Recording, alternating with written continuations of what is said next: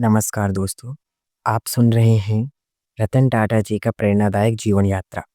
रतन टाटा एक प्रेरणादायक भारतीय उद्यमी और परोपकारी व्यक्ति हैं, जिन्होंने न केवल व्यापार जगत में अभूतपूर्व सफलता हासिल की, बल्कि समाज सेवा के क्षेत्र में भी अपनी छाप छोड़ी। उनका जीवन संघर्ष, समर्पण और दूरदृष्टि का उत्कृष्ट उदाहरण है। प्रारंभिक जीवन रतन टाटा का जन्म 28 दिसंबर 1937 को मुंबई में हुआ। उनके पिता नवल टाटा एक साधारण परिवार से थे, लेकिन उनकी परवरिश एक समृद्ध फारसी परिवार में हुई। रतन टाटा का बचपन चुनौतियों से भरा था। उनके माता-पिता का तलाक तब हुआ जब वे मात्र 10 वर्ष के थे और उनका पालन-पोषण उनकी दादी नवाज़बाई टाटा ने किया। रतन टाटा ने अपनी प्रारंभिक शिक्षा मुंबई के कैंपियन स्कूल और Cathedral and John Connon school से पूरी की।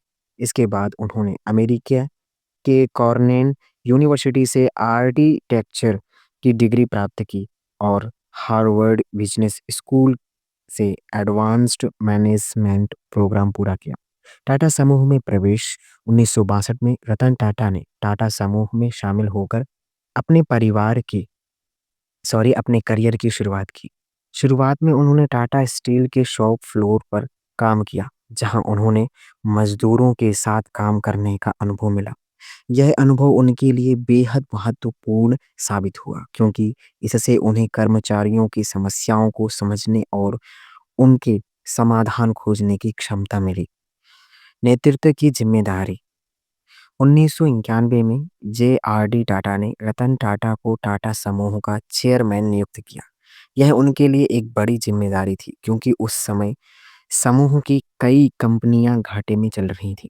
रतन टाटा ने कई बड़े और साहसिक फैसले लिए। उन्होंने उन कंपनियों को बंद किया जो लाभदायक नहीं थी और नई तकनीकों को अपनाने पर जोर दिया।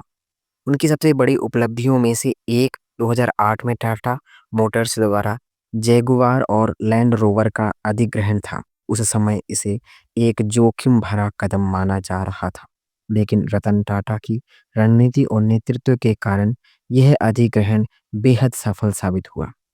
टाटा नैनो का सपना रतन टाटा ने आम आदमी के लिए एक सस्ती कार का सपना देखा और उसे साकार करने के लिए उन्होंने टाटा नैनो लॉन्च की।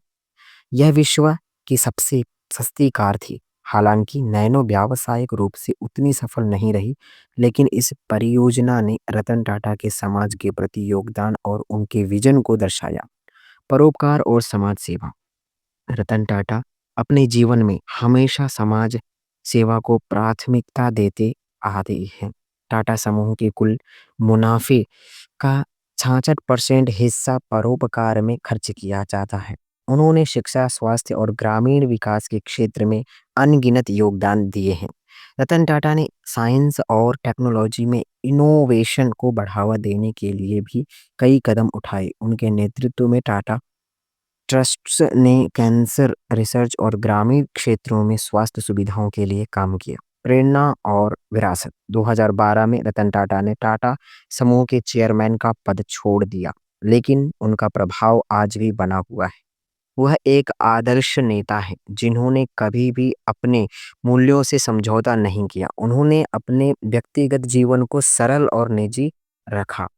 उनकी चीख उनकी सीख रतन टाटा का जीवन हमेशा हमें सिखाता है कि सपनों को साकार करने के लिए कठिन परिश्रम, ईमानदारी और समाज के प्रति जिम्मेदारी जरूरी है।